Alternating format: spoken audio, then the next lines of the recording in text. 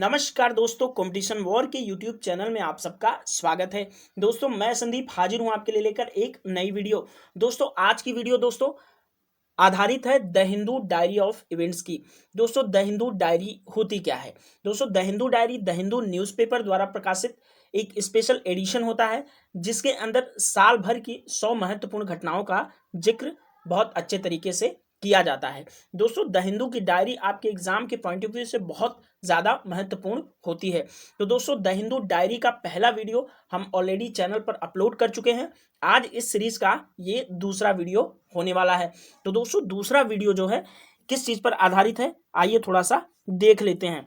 दोस्तों दूसरा वीडियो जो है वह यूरोप सेंट्रिक वीडियो है। यूरोप की महत्वपूर्ण 3 घटनाओं की चर्चा इस वीडियो के अंदर करनी है। दोस्तों पहली घटना जो द हिंदू डायरी की है उस घटना का नाम है दोस्तों क्वीन एलिजाबेथ द्वितीय का डेथ, जो ब्रिटेन की महारानी थी। उनका अभी पिछले दिनों निधन हो गया 2022 में, उसकी चर्चा करेंगे। और दूसरी चर्चा जो है दोस्तों ब्रिटेन के नए प्रधानमंत्री भारतवंशी ऋषि सुनक पर आधारित है और ऋषि सुनक की बातचीत उस वीडियो के अंदर उस घटना के अंदर किया जाएगा। और तीसरी घटना है दोस्तों फिनलैंड और स्वीडन को नेटो की मेंबरशिप को लेकर के ये न्यूज़ है जो कि द हिंदू में किसी समय प्रकाशित हुई थी, उस घटना की हम चर्चा करेंगे। तो सिलसिलेवार तरीके से दोस्तों इन तीनों घटनाओं को हम देखेंगे। तो आइए दोस्तों, अगर बात यूरोप की जा रही है तो यूरोप का जो मैप है हमारे एग्जाम के लिए बहुत ज़्यादा इंपॉर्टेंट हो जाता है। तो फिनलैंड, स्वीडन और ब्रिटेन को हम यूरोप के मैप में देखेंगे, उसके बाद इन तीनों घटनाओं की सिलसिलेवार तरीके से चर्चा करेंगे। तो आइए देख लेते हैं सबसे पहले यूरोप का मैप। तो दोस्तों ये रहा आपके सामने खुलकर आ गया है यूरोप का मैप। और यूरोप के मैप को देखेंगे दोस्तों, यहाँ तक जो है आपको देख लेना है थोड़ा सा कि यहाँ तक ये रहा आपका रूस, ये रशिया की राजधानी मॉस्को। और इधर रहा दोस्तों नॉर्थ सी यूरोप के अंदर, ये अटलांटिक ओशियन है, अटलांटिक महासागर। और दोस्तों यहीं पे जो है नीचे से टर्की टच करता है, उसको हम अभी देखेंगे। दोस्तों 3 जो महत्वपूर्ण घटनाओं की हम चर्चा करने वाले हैं वे घटनाएं कहाँ से संबंधित है, आइए थोड़ा सा देख लेते हैं। दोस्तों पहली घटना इस क्षेत्र से संबंधित है, यूनाइटेड किंगडम से, जिसमें ग्रेट ब्रिटेन, उत्तरी आयरलैंड ये देश शामिल होते हैं।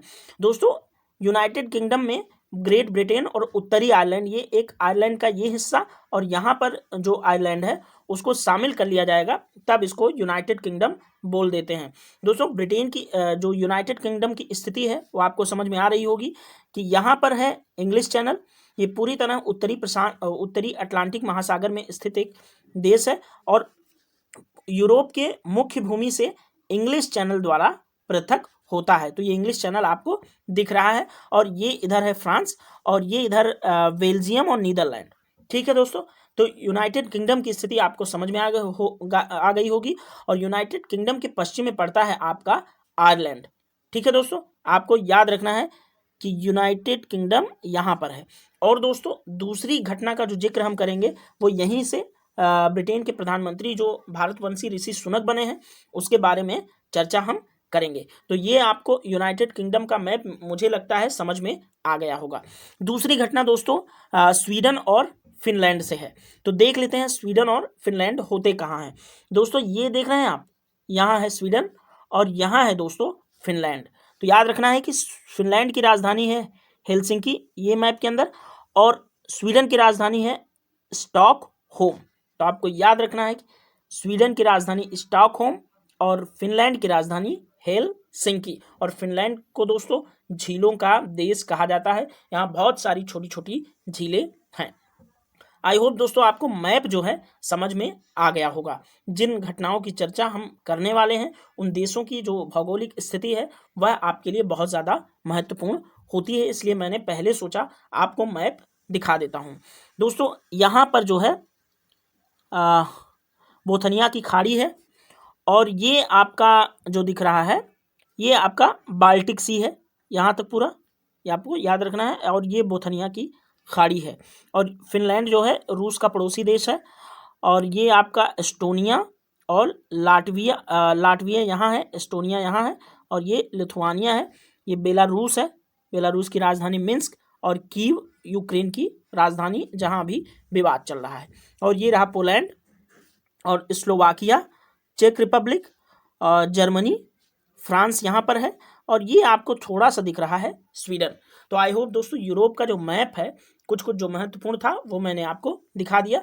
और तीनों घटनाएं जो है, 2 घटना ब्रिटेन से संबंधित है उसकी चर्चा, और एक घटना दोस्तों स्वीडन और फिनलैंड की है उसकी चर्चा हम करेंगे। तो आइए चलते हैं मुख्य विषय की ओर और चर्चा करते हैं एक एक करके सभी घटनाओं की। दोस्तों यूरोप का मैप देखने के बाद आपको आपके दिमाग में एक इमेज तो जरूर डेवलप हुई होगी कि हम किन देशों की चर्चा करने वाले हैं और वे देश कहाँ पर दुनिया के अंदर स्थित हैं। तो दोस्तों आइए शुरुआत करते हैं। The Hindu diary of events का वर्ल्ड सेक्शन, इंटरनेशनल सेक्शन हम डिस्कस कर रहे हैं, जिसमें पहली घटना death of queen Elizabeth second. दोस्तों किंग चार्ल्स द्वितीय जो कि महारानी एलिजाबेथ द्वितीय के पुत्र हैं, वे अब महारानी एलिजाबेथ द्वितीय के निधन के बाद ब्रिटिश संवैधानिक राजतंत्र है। ये भी आपको दिख गया कि ब्रिटिश में शासन की व्यवस्था कैसी है। तो ब्रिटिश एक संवैधानिक राजतंत्र देश है।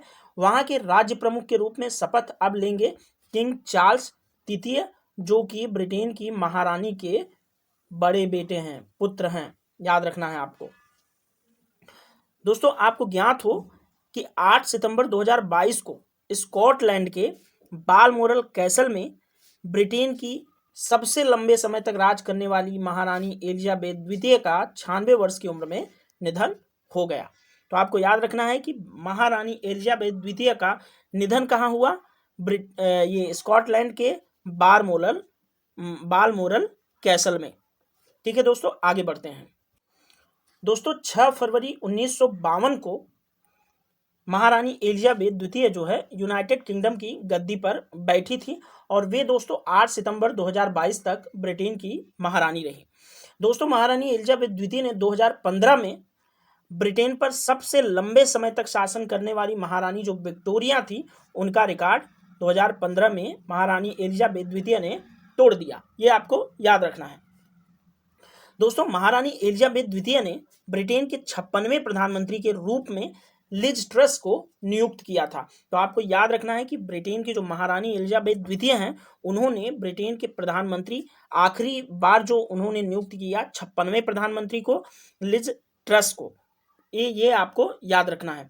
दोस्तों महारानी एलिजाबेथ द्वितीय ने 1961, 1943, 1997 को 3 बार जो है भारत का दौरा किया था। ये भी आपको याद रखना है कि महारानी एलिजाबेथ द्वितीय ने कुल 3 बार 1961, 1983 और 1997 में भारत का दौरा किया।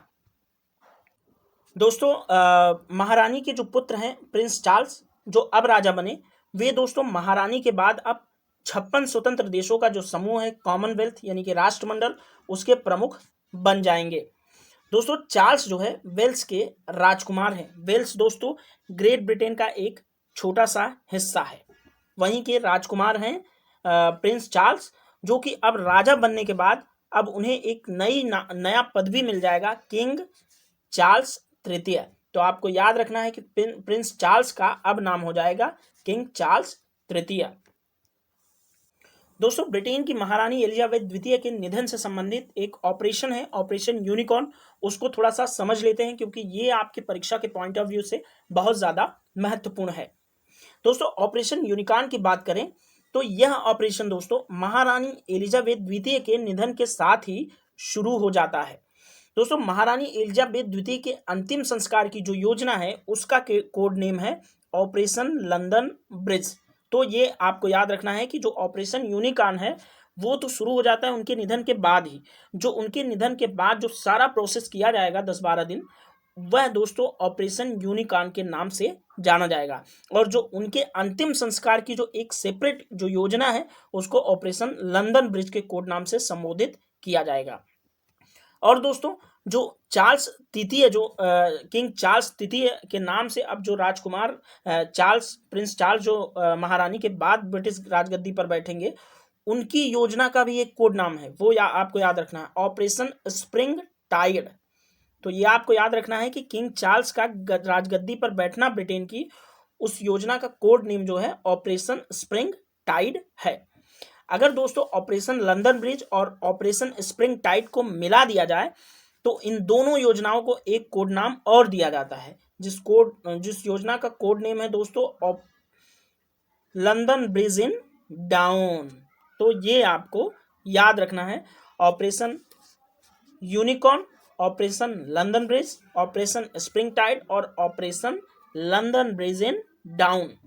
तो इन सभी योजनाओं के कोड नेम आपको याद रखने हैं, आपके एग्जाम के अंदर पूछा जा सकता है, इसलिए मैंने चारों कोड नाम को इस वीडियो के अंदर शामिल किया ताकि कहीं से भी कोई भी जो है फैक्ट आपसे छूटने ना पाए। आइए आगे बढ़ते हैं और समझते हैं कि इस घटना से संबंधित और क्या है। लीजिए दोस्तों, अभी कॉमनवेल्थ की हमने ऊपर चर्चा की अभी और कॉमनवेल्थ आपके सामने आ गया। राष्ट्रमंडल को ही दोस्तों हम कॉमनवेल्थ भी बोलते हैं, तो ये आपको याद रखना है। आइए देख लेते हैं कि राष्ट्रमंडल देश होते कौन हैं। दोस्तों राष्ट्रमंडल में 56 देश शामिल हैं।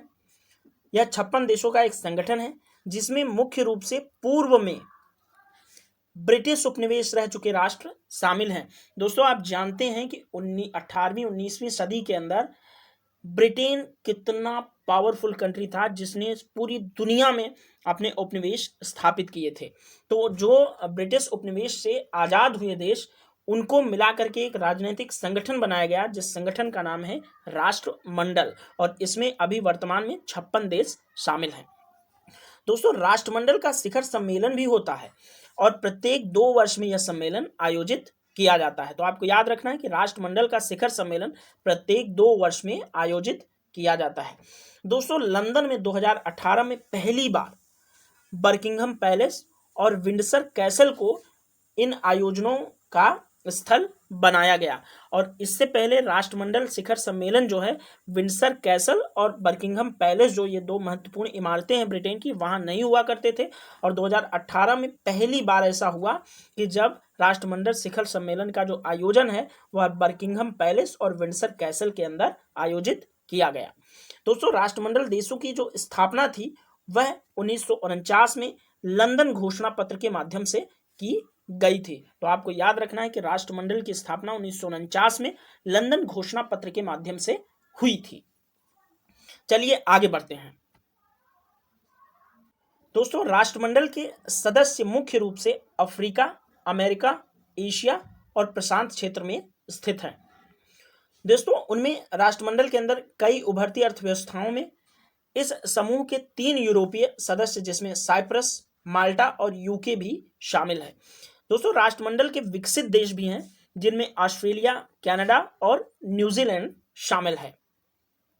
दोस्तों अपना देश भारत भी राष्ट्रमंडल का एक सदस्य देश है, और आप जानते हैं कि 1947 में भारत ब्रिटेन से आज़ाद हुआ था, इसलिए भारत भी ब्रिटेन का 1947 तक उपनिवेश था, तो वह भी राष्ट्रमंडल का सदस्य देश होता है। दोस्तों अगली घटना और भी ज़्यादा महत्वपूर्ण है जो कि ब्रिटेन से ही संबंधित है, और यह घटना है दोस्तों ऋषि सुनक का ब्रिटेन के नए प्रधानमंत्री के रूप में नियुक्त होना। दोस्तों ब्रिटेन की कंजर्वेटिव पार्टी के नेता हुए भारतवंशी ऋषि सुनक, जो कि अब ब्रिटेन के प्रधानमंत्री बन चुके हैं।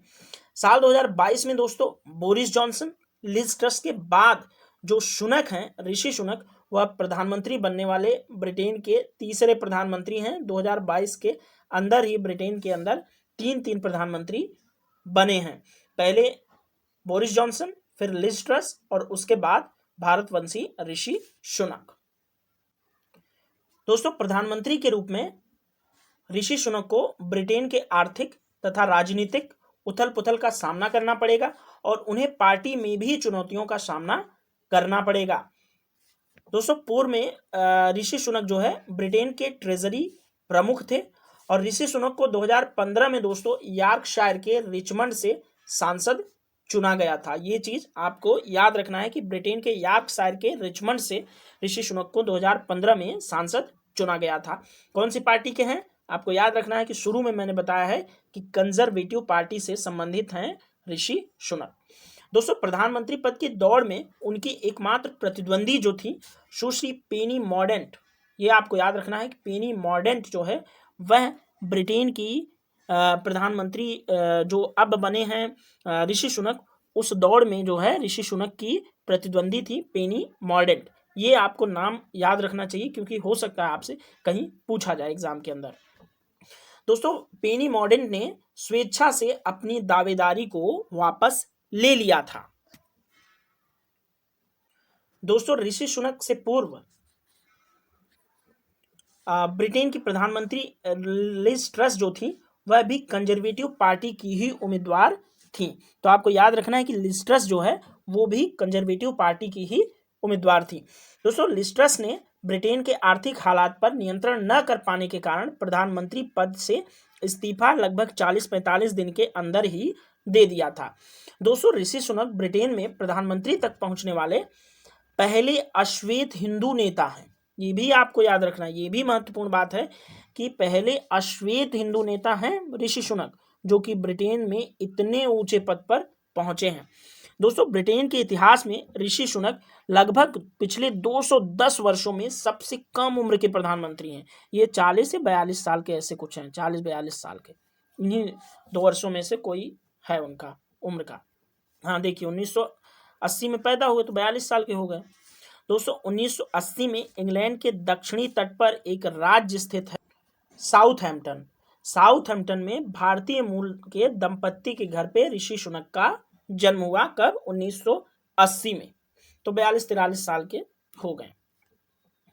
दोस्तों सुनक के जो माता पिता हैं उनमें जो है उनकी मम्मी का जो नाम है वह नाम दोस्तों उषा सुनक है। ऋषि सुनक की मम्मी का नाम आपको याद रखना है कि ऋषि सुनक की मम्मी का नाम है उषा सुनक जो कि फार्मासिस्ट हैं, और उनके पिताजी का नाम है यशवीर सुनक जो कि फैमिली डॉक्टर का काम करते हैं, और दोनों दोस्तों पूर्वी अफ्रीका में पैदा हुए थे। अब ऋषि सुनक का संबंध भारत से कैसे लगाया जाता है वो भी देख लीजिए। दोस्तों ऋषि सुनक के जो दादा दादी हैं वो अविभाजित भारत के गुजरांवाला के थे। गुजरांवाला में ऋषि सुनक के दादा दादी पैदा हुए थे, जो कि अब वर्तमान पाकिस्तान में स्थित है गुजरांवाला, जो कि पाकिस्तान का एक राज्य या प्रांत आप बोल सकते हैं। इसलिए दोस्तों अब आप कह सकते हैं कि जो ऋषि सुनक हैं वो भारतवंशी इस तरह से हैं, जो कि अविभाजित भारत के अंदर पैदा हुए थे। दोस्तों ऋषि सुनक का जो विवाह है वह इन्फोसिस के सह संस्थापक जो नारायण मूर्ति हैं, इन्फोसिस फेमस कंपनी है, उसके सह संस्थापक जो है नारायण मूर्ति हैं, उन्हीं की बेटी अक्षता मूर्ति से ऋषि सुनक का विवाह हुआ है। तो नारायण मूर्ति इंडिया के हैं, तो एक तरह से नारायण मूर्ति के ये दामाद ऋषि सुनक हैं। तो दोस्तों ये रही 2 घटनाएं मुख्य रूप से जिनकी हम चर्चा करने वाले थे। आइए अब हम बात करें तीसरी घटना की, और तीसरी देख लेते हैं क्या है। दोस्तों ये तीसरी घटना को लेकर भी पूरी दुनिया में बवाल मचा है। स्वीडन और फिनलैंड की नेटो की मेंबरशिप सदस्यता। नेटो क्या है, नेटो की आगे हम चर्चा करेंगे, और नेटो का फिर भी हम बता देते हैं कि नेटो मतलब होता है नॉर्थ अटलांटिक ट्रीटी ऑर्गेनाइजेशन। दोस्तों ये अमेरिकन लेड एक सैनिक ग्रुप है, सैनिक संगठन है नेटो, उसी की सदस्यता चाहते हैं स्वीडन और फिनलैंड। और ये सदस्यता क्यों चाहते हैं ये थोड़ा सा देख लेते हैं। दोस्तों स्वीडन और फिनलैंड नेटो की सदस्यता लेने के लिए आवेदन कर चुके हैं।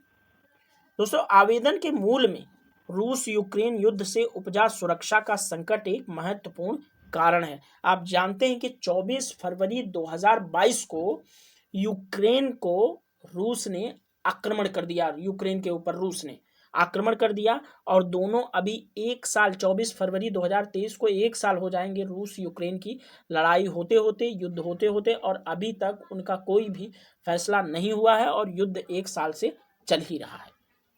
दोस्तों नेटो ने 28 मई 2022 को स्वीडन के आवेदन को स्वीकार कर लिया है। हालांकि दोस्तों इस आवेदन का टर्की और हंगरी जैसे देशों ने, इन नार्डिक देशों को, नार्डिक देश स्वीडन और फिनलैंड जैसे देशों को कहा जाता है, उसकी भी थोड़ी सी चर्चा हम आगे करेंगे कि नॉर्डिक देश होते कौन से। दोस्तों टर्की और हंगरी जैसे देश इन देशों को नेटो में शामिल करने का विरोध कर रहे हैं। और दोस्तों ये दो देश विरोध कर रहे हैं, और तुर्की का कहना है, तुर्की क्यों विरोध कर रहा है, तुर्की का कहना है कि दोस्तों ये जो नॉर्डिक देश हैं वे कुर्दिश अलगाववादियों को शरण देते हैं। आप जानते हैं और नहीं भी जानते हैं फिर भी मैं बता देता हूं, जो कुर्दिश एक समूह है जो कि टर्की के अंदर जो एक अलगाववादी समूह माना जाता है, राज्यविहीन लोग हैं कुर्दिश, जो कि टर्की के अंदर जो है शरण लिए हुए हैं और टर्की और सीरिया के आसपास के देशों में जो है रहते हैं और राज्यविहीन है, वहां पर रह के ये एक नए देश की अपने लिए मांग कर रहे हैं। और ये टर्की की जो मिलिट्री है उससे कुर्दिश का जो है कॉन्फ्लिक्ट बना रहता है, इसीलिए जो है, और जब तुर्की इनको मारता है कुर्दिश को, तो ये भाग भाग करके नॉर्डिक कंट्रीज में जाते हैं और वहाँ शरण लेते हैं। इसलिए तुर्की का कहना है कि ये तो अलगाववादियों को शरण देते हैं, इसलिए इनको नाटो की मेंबरशिप नहीं मिलनी चाहिए। दोस्तों, हंगरी ने हरी झंडी दिखा दी है कि हंगरी 2023 तक स्वीडन और फिनलैंड को नाटो की मेंबरशिप देने के लिए जो है सहमत हो ही जाएगा, कोई बड़ी बात नहीं है। और स्वीडन और फिनलैंड दोस्तों रूस के पड़ोसी देश हैं, ये मैंने मैप के अंदर आपको दिखाया भी है। दोस्तों, रूस अपने पड़ोसी होने के नाते नाटो के विस्तार से चिंतित है और रूस कभी नहीं चाहेगा कि नाटो जैसा जो मिलिट्री अलायंस है, जो कि अमेरिकन लीडिंग ग्रुप है, उसके सदस्य देश जो है उसके आस पड़ोस के देश हों। और नाटो की जो हथियार हैं, नाटो सेनाओं द्वारा जो यूज़ किया जाता है, जिसमें मुख्य रूप से अमेरिकन हथियार हैं, वे किसी भी तरीके से रूस की बाउंड्री के आसपास भी पहुंचे, इसका सख्त रूप से विरोध कर रहा है। और रूस यूक्रेन का जो संकट है उसका भी महत्व रूप से जो तात्कालीन कारण है वो यही है। तो दोस्तों, आइए हम नाटो की चर्चा हुई तो नाटो भी देख लेते हैं सरसरी निगाह से। दोस्तों, उत्तर अटलांटिक संधि संगठन यानी कि नॉर्थ अटलांटिक ट्रीटी ऑर्गेनाइजेशन को हम बोलते हैं नाटो, जो कि सोवियत संघ के खिलाफ सामूहिक सुरक्षा प्रदान करने के लिए संयुक्त राज्य अमेरिका, कनाडा और कई पश्चिमी यूरोपीय देशों द्वारा अप्रैल 1949 को नाटो की स्थापना एक उत्तरी अटलांटिक संधि के माध्यम से की गई है, जिसे वाशिंगटन संधि भी कहा जाता है। और दोस्तों, ये एक सैन्य गठबंधन है। तो आप समझ रहे हैं कि ये जो सोवियत संघ की चर्चा हुई है, सोवियत संघ दोस्तों जो आज का यूक्रेन है वह 1991 तक सोवियत संघ ही हुआ करता था और 1991 में सोवियत संघ का दोस्तों विघटन हो गया। अब सोवियत संघ के 15 सदस्य देश जो है हैं, जो कि सदस्य नहीं है, लेकिन सोवियत संघ के विघटन के बाद 15 नए देश जो है दुनिया के मैप पर आए हैं, जिसमें सोवियत संघ की लेगेसी को जो कंटिन्यू करने का काम कर रहा है वह रूस है। तो ये आप समझ सकते हैं कि नाटो रूस के लिए कितना खतरनाक है, जो कि नाटो 1949 में गठित ही हुआ था सोवियत संघ के खिलाफ में। दोस्तों, वर्तमान में नाटो के अंदर 30 सदस्य राज्य हैं और नाटो का जो मुख्यालय है वह बेल्जियम के ब्रुसेल्स में स्थित है। तो आई होप दोस्तों नाटो आपको समझ में आया होगा और रूस यूक्रेन संकट भी आपको समझ में आ गया होगा। फिर भी मैं रूस यूक्रेन संबंधित जो युद्ध हो रहा है उसको लेकर के एक मैंने बहुत अच्छी वीडियो आपके सामने लेकर आया हूँ, उसका लिंक जो है वो मैं डिस्क्रिप्शन में डाल दूंगा, वो आप अच्छे से देख लेना, फिर आपको समझ में आ जाएगा कि रूस यूक्रेन का युद्ध चल क्यों रहा है। दोस्तों, चूंकि स्वीडन और फिनलैंड नॉर्डिक कंट्रीज थे तो नॉर्डिक कंट्रीज को भी देखना हमारे लिए इंपॉर्टेंट हो जाता है। दोस्तों, उत्तरी यूरोप और उत्तरी अटलांटिक में एक भौगोलिक और सांस्कृतिक क्षेत्र है नॉर्डिक, और जिसमें दोस्तों Denmark, Finland, Iceland, Norway, Sweden के संप्रभु राज्य शामिल हैं, जिसमें फरो आइलैंड और ग्रीनलैंड के स्वायत्त क्षेत्र और आइलैंड के भी स्वायत्त क्षेत्र शामिल हैं। तो आप मैप मैंने आपको दिखाया था जिसमें डेनमार्क, फिनलैंड, आइसलैंड, नॉर्वे और स्वीडन ये मुख्य हैं नॉर्डिक कंट्रीज के अंदर। फिर भी आपको एक बार यूरोप का मैप दिखा देता हूं और डेनमार्क, फिनलैंड, आइसलैंड, नॉर्वे और स्वीडन को यूरोप के मैप के अंदर दिखा देता हूं, जिससे आपका नॉर्डिक कंट्रीज का कंसेप्ट क्लियर हो जाए। दोस्तों, ये रहा एक बार फिर से यूरोप का मैप और यूरोप के मैप के अंदर हम नॉर्डिक कंट्रीज को पॉइंट आउट करेंगे। दोस्तों, ये रहा नॉर्वे जो कि एक नॉर्डिक कंट्रीज है, और स्वीडन है जो कि एक और नॉर्डिक कंट्री है, और ये फिनलैंड है मुख्य रूप से, ये भी नॉर्डिक कंट्री है, और एक डेनमार्क है, ये भी नॉर्डिक कंट्री है। और ये रहा दोस्तों इन सब से दूर आइसलैंड, और आइसलैंड को शासन कौन करता है? फिनलैंड। ये आपको याद रखना है, कभी मतलब आपको किसी ने बताया नहीं होगा, लेकिन फिर भी मैं आपको बता देता हूँ कि आइसलैंड को नीदरलैंड ये डेनमार्क द्वारा शासित किया जाता है। तो ये मुख्य रूप से जो है नॉर्डिक कंट्रीज के अंदर आते हैं। ये यूरोप, ये रशिया मत मान लेना आप नॉर्डिक कंट्री के अंदर, ये मैं इरेज कर देता हूँ। तो नॉर्डिक कंट्रीज की बाउंड्री यहीं तक स्थित है, आगे भाई है पुतिन, ये आप याद रखना। ठीक है, चलिए आइए आगे देखते हैं नॉर्डिक के बारे में। दोस्तों नॉर्डिक समझने के बाद एक टर्म और आई थी कुर्दिश, और ये टर्की में जो है हैं। तो कुर्दिश के बारे में थोड़ा सा जान लेते हैं कि आखिर कुर्द लोग होते कौन हैं। दोस्तों कुर्द जो है दुनिया का सबसे बड़ा राज्य विहीन, यानी कि कुर्दिश का अपना कोई राज्य देश नहीं है, वे एक जातीय समूह है, राज्य विहीन जातीय समूह है कुर्दिश, जिसकी आबादी अनुमानतः 35 मिलियन, 35 लाख के आसपास है। ठीक है, 35 मिलियन है। और वे दोस्तों दक्षिण पूर्वी तुर्की, उत्तरी इराक, उत्तर पूर्वी सीरिया, उत्तर पश्चिमी ईरान और दक्षिणी आर्मेनिया जैसे देशों में एक अल्पसंख्यक समूह के रूप में अभी रहते हैं। दोस्तों कुर्द लोग मुख्य रूप से फारसी और पश्तो भाषाएं बोलते हैं तथा विश्व इतिहास में कुर्दों को एक कुशल योद्धा के रूप में जाना जाता है। दोस्तों कुर्द लोग जो हैं अपने लिए एक अलग देश की मांग कर रहे हैं, और तुर्की, इराक, सीरिया और पश्चिमी ईरान और दक्षिणी आर्मेनिया में हैं, और ये वहाँ पर लड़ाई लड़ते रहते हैं और अपने लिए एक देश की मांग करते रहते हैं। तो इनकी समस्या के लिए भी यूएन जैसे अंतर्राष्ट्रीय संगठनों को जो है ध्यान देना चाहिए, और इनके लिए एक देश बनाए जाने की बात की जानी चाहिए, या इनको अलग अलग देशों में शामिल कर लिया जाना चाहिए। तो दोस्तों ये रहा आज का वीडियो। अब जो है the Hindu diary of events की वीडियोस आपके लिए चालू कर दी गई हैं, और दोस्तों ये वीडियो करंट अफेयर्स के लिए बहुत ज़्यादा महत्वपूर्ण है, और ये सारी घटनाएं 2022 की बहुत एकदम डिफाइनिंग मोमेंट्स हैं, और ये सब आप बिल्कुल स्किप मत करना, क्योंकि ये सब एग्जाम के पॉइंट ऑफ व्यू से इतने ज़्यादा इंपॉर्टेंट है कि किसी न किसी एग्जाम्स के अंदर इन सब से रिलेटेड कोई ना कोई जानकारी आपसे पूछा जा सकता है।